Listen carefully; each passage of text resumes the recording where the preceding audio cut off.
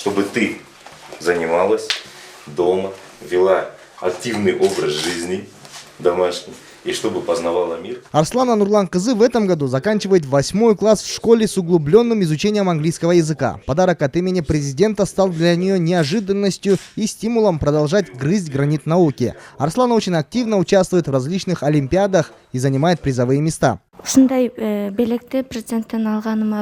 Я очень рада и горда тем, что получила подарок от президента. Признаться честно, я даже не ожидала. Буквально недавно я участвовала в конкурсе, где рассказывала про жизнь и жизнедеятельность пророка Мухаммеда. Мне сегодня выпала честь поздравить вас с праздником, с Днем защиты детей.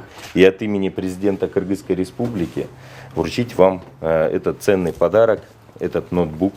Без подарка не осталась и еще одна круглая отличница учебно-воспитательного комплекса имени Германа Гмайнера Сезим Бакытбекова. Она с детства мечтала стать программистом, и подарок от президента в виде ноутбука стал хорошим вспомогательным материалом для достижения цели. Подарок мне очень понравился, он всегда мне был нужен. Могу сказать, что мечты сбываются. Теперь у меня будет стимул для более углубленного изучения языка программирования.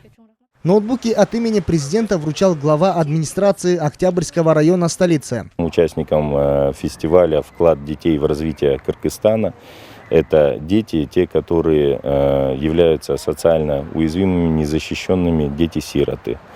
На территории нашего района проживают две такие девочки. Сегодня, в 1 июня, День защиты детей, мне выпала честь вручить памятные подарки от имени президента Кыргызской республики. Дастан Гысканов, Бексултан Курманбек Улу, Алато 24.